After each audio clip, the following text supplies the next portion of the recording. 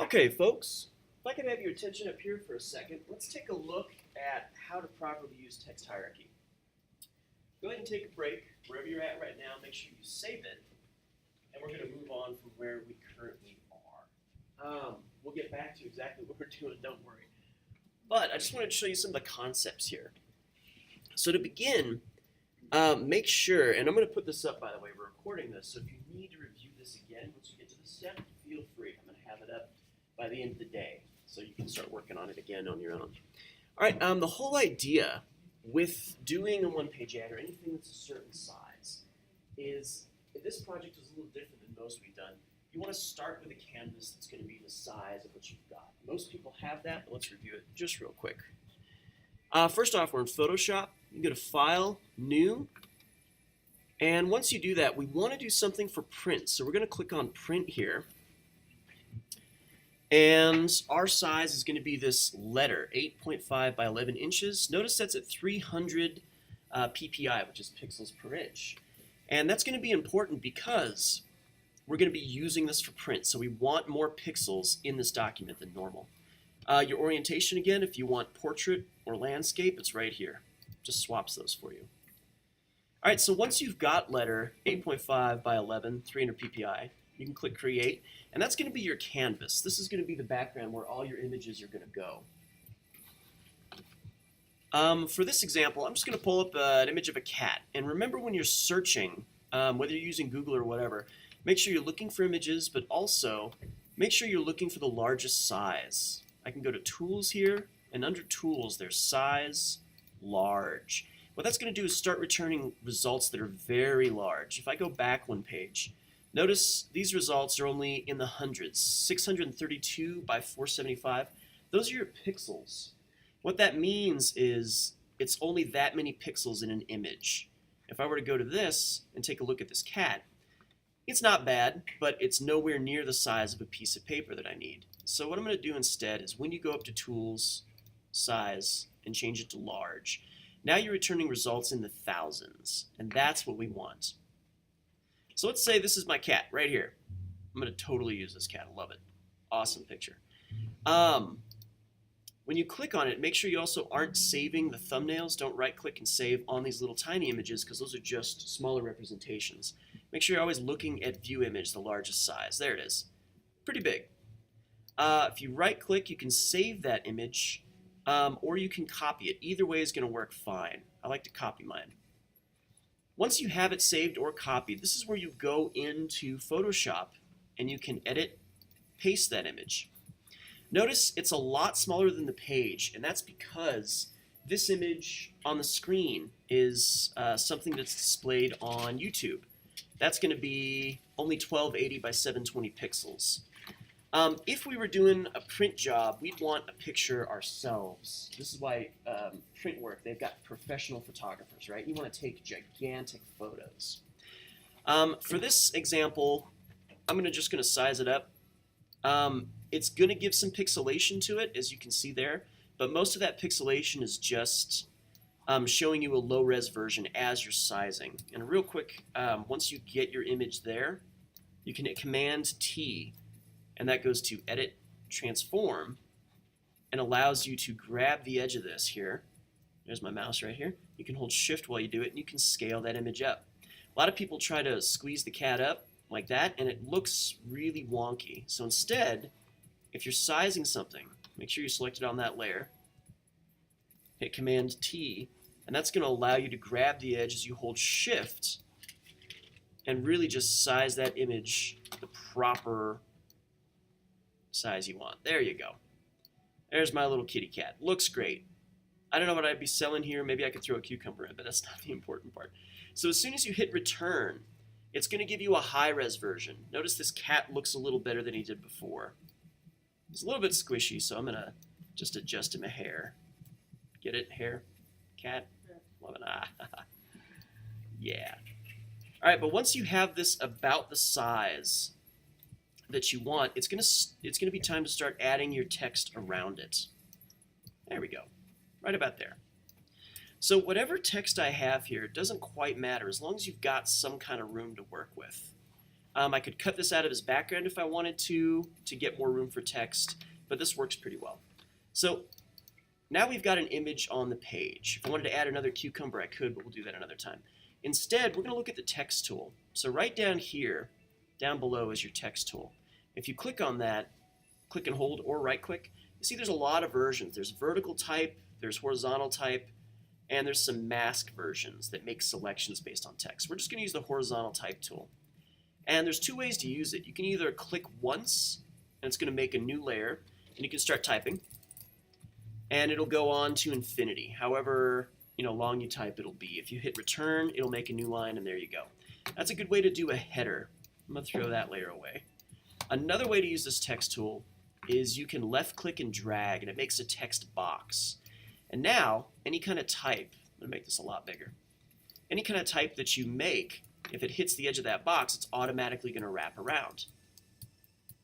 If it goes and you start seeing type disappearing, you can extend your text box a little bit.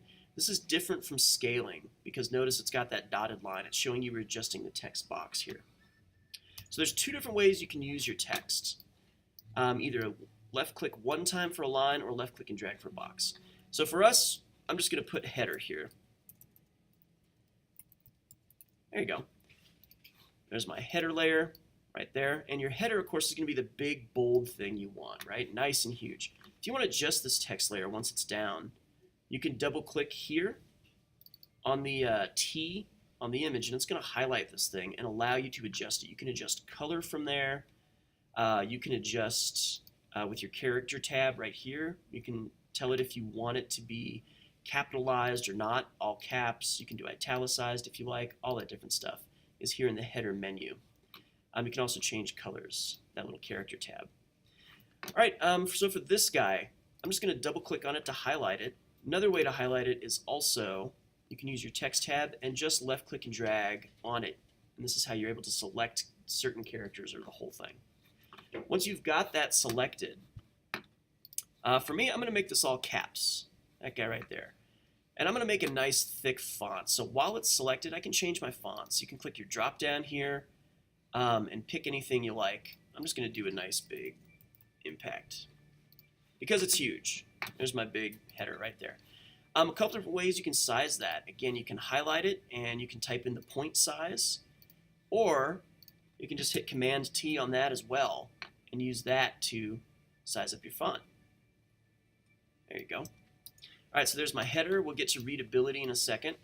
Really big, really awesome. Remember to leave some space around the edges here. You can also do another text layer for your subheader. Make sure you're not on the box, otherwise you're just selecting inside that. Kind of get off it a little bit here. Click once. I've got my subheader. Again, with that, let's make it a different size font and a different style. Something that'll complement it, but not be the exact same. There you go. Sizing up my subheader. Thanks, cat. Okay. Once this is selected, by the way, you can also use your arrow keys to kind of just fine-tune it and get it right. Remember to watch your alignment, so make sure these are just right there. So there's my header, my subheader, and finally for my body text. This is where you can click and drag if you like and make a box text. I don't quite like where that box is going over his face, so I'm going to more do it kind of down here. There we go. Fill that space. And this is where you can type your body text. I'm just going to fill some text. There we go. And this is how you can start to arrange this around his face. If these were real words, it'd be a little easier. You get the gist of what we're going for. But I'm just filling it with gibberish for now. There we go. And now that you kind of have the layout of where your text is going to be, let's make that a little smaller. Double-clicked on it, brought it down just a hair. There you go. You can move it around and get it just right. Still kind of on his face a little bit, but you get the idea. Let's take off some of this stuff here. There we go. Wrap it around him like a thing. This is a great example, by the way, of where it would be helpful to have something like InDesign. It can automatically wrap around a text object, which would be great. All right, and finally for your body text, let's pick something a little smaller so it's not competing, and also something that just complements that type.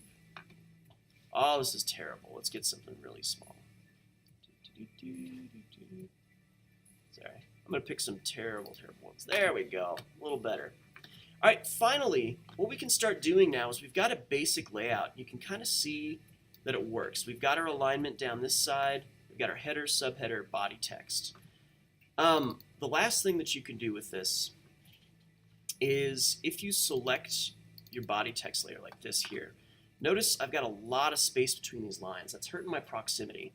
And once you have your font selected, not only can you change the color and the font type and the size, but remember with your character tab, there's a lot of info in there. You can change the space between your lines. You can either use the drop down to do it automatically like that, or I just like to grab this text item, left click and drag back and forth. And that's going to get you less space. That's my leading right here that I'm changing. Kind of bring that proximity a little closer together. You can also do space between character pairs if you want to space them out a little bit, like that. Up to you. Just remember the defaults aren't really what you want. You want more proximity, not less. All right, finally, after you have that done, this is where you can add some contrasting elements. Like this header is kind of hard to read over that cat face, right? Right over this guy. So for this, just like we had in the last project, you can highlight that header layer and add an effect if you want for a drop shadow. You can also paint in your own if you want to add a layer and do that. But for me, I'm just using this generic drop shadow here. My opacity I can bring up the size and spread of it, and makes it a little bit more readable. I can do the same to the subheader. Click on it, add an effect, go to my drop shadow, and there you go. Perfect. Paste these up, sizes up. There you go. So now it's a little more readable. You can see before and after for those. If I like that style and I want to apply it to something else, I can right-click on any layer and copy its layer style too, which is really handy to do. So I don't have to guess at what the settings are or write them down. I can just right-click on that and paste layer style. And now that has the exact same drop shadow as everything else. After that, you can add some variety to your text, change around some of the colors. If you're hurting for what colors you want to use, just hover off the page a little bit and you can grab something from the page to match it. There's an almost white that I can use for my subheader. If I wanted to, I could use that cat tongue for a body text or a header. I think I'll do that. Boom. Maybe that cat tongue right there. I could get a nice shade for the header. And this is what you're able to do, is borrow colors from your image to start filling this stuff out. The final thing I'd like you guys to do is, of course, name your text layers. So there's our body layer, there's my subheader, my header. If you had it like if this was Cat Magazine or, Cat Loves Cucumber, whatever I'm selling here.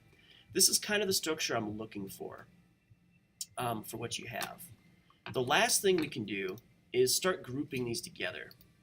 So if you wanted to, you could select all of these like layers, i.e. your text layers, and just drag that into this little folder right here. That's creating a new group. It's right next to your new layer, but it's just creating a new group. Now everything's inside this tiny little group, and it moves as one. I can still select individual layers, or hide them and move them around or apply effects as a whole. I'm going to go ahead and name that text. You can also, if you remember, you can right-click on that eyeball and color code this. So I'm going to change my text layer to red. And it's not changing the color of it, it's just giving it a little bit of color coding so I can see what's what on the page. Like that. A little bit of organization in your Layers tab helps. That way, if you ever need to move this out of the group, you can still realize what's text and what's not on the page. All right, the last thing I'd like to show you is we want to make sure this is lined up exactly. A lot of people have the question when they start, how do you get rulers on the page to make sure this works exactly like it should? And the answer to that is you can go to View, Rulers, and that's going to give you these rulers at the top and side of the page. I'm going to turn that on and off for you a couple times. View, Rulers. And what that's going to do is give you a measurement system. If I right-click on this ruler, I'm going to change that from inches to millimeters. And you can see this is 0, 0, and it goes all the way to about a little shy of 220, I think maybe 210. And what's nice is now you can left-click from this ruler and drag a ruler out and make sure that your text is perfectly aligned right down that edge. Really cool to have, just a nice tool. And what we're doing is, as I'm dragging that ruler, notice that it shows me Y and it shows me in millimeters. If you have it set to inches, it'll show you inches.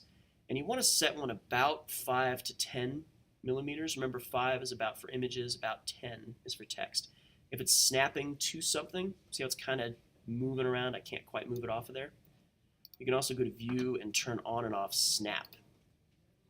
So now I can grab that little edge and move it right to about 10 for my text. And remember, this is your bleed. Your bleed goes all the way out to the page. Your live area is this subline. Your bleed goes all the way out to the edge of the page. And your live area right here is where your text is going to go under, so things don't get cut off. And this is what we're doing, is adding just a few rulers to show us where our text can and can't go on this page. Once you get towards the bottom, you're going to have to do a little bit of math and be like, okay, it's about 280 here, so minus 10 is 270. And 275. So by the time you're done, it's about 215. There we go, like that. Doesn't have to be exact. I'm just looking for an effort at this point to get some basics here. Good. So now we can see clearly where our text can and can't go. In this case, my header's a little too high. It might get cut off in the printing process. If you want to turn Snap back on, it's real handy. You can now move that layer and it'll snap right to those guidelines. And you can make sure everything's just perfectly aligned in your project. It also has those handy little pink lines that pop up. All right, but that's what we're looking for overall in your project, is getting a little bit of organizational scheme going here in your grouping of your layers. Make sure all your layers are named properly, and it just makes it easier to find and look at. And finally, that's what we're going to be doing right here. If we print that out, that would look pretty good. We've got some room for error. If the print isn't quite perfect, this document image goes all the way out to the edges for your bleed. Your trim area is right here. That's about where it should be trimmed, is your outer line. And your inner line is your live area. Again, InDesign would be great for this. It works great for print, but I like using a project like this just to show you some of the basics of Photoshop. Because hopefully you guys have done some image composition and cutting, just like we did for our image comp section. And then you can add some text layers and start looking at how text hierarchy works. That's the whole idea, is now you've got a pretty good design. Here's your image. Very next thing that I see on the page almost instantly is the header, then the subheader, and my body text. And that's what we're looking for here. In fact, there's a little too much variety. I'm going to bring that body text back to a color like that off-white again. And now I've got something that looks pretty good. It could be almost a magazine cover, right? We still have to do some adjustment to it, actually add some body text and play around with stuff, but it's a good start. And that's what I'm looking for here. So, quick overview. We looked at how to use the text tool. Remember, you can left click once to get a line of text, or you can click and drag to get a box of text. To adjust that text, you can double click inside here, or you can use the text tool and actually select some of the text inside here. You get all your options up there. Character tab gives you your leading and your kerning or tracking over here. And finally, you can organize some of those layers using that organizational tab. Right click on it for color coding if you like, name those tabs.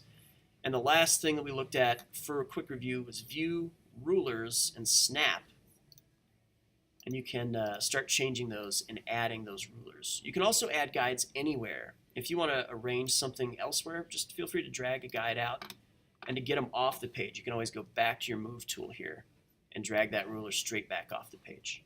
Any questions on that before we move on? We went through a lot, but I'll be going through it individually with you guys, and you can rewatch this again and again at your own pace. For the header, you said the distance is 10? Good question. So the whole idea here is your image goes all the way out to the page. That's your bleed. Right. Your trim area goes in by about 5, and that's if you've got logos or images that you don't mind getting trimmed a little bit.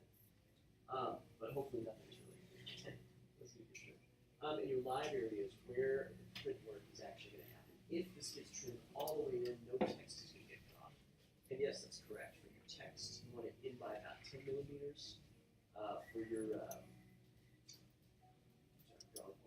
trim area, you want it by about 5. So 10 is your live area, 10 millimeters, 5 is your trim area. You can also go by inches. Remember on D2L, we've got it posted up for inches if you want to use that instead. And what was the bleed again? Trim is 5, live is 10. Mm-hmm. And the And then bleed goes bleed is all the way just- out to the edge of the page. Yeah. And if you're looking for that in inches, let's go over here to Chrome. And on D2L, remember there's a handy little document that'll show you your bleed area is about 8.75. It's a little beyond the page, but for us, I'm just going with regular standard Photoshop. And this will kind of show you where your trim size and your live area is on that. All right, any other questions? We'll go on from there. Perfect. All right, thank you guys.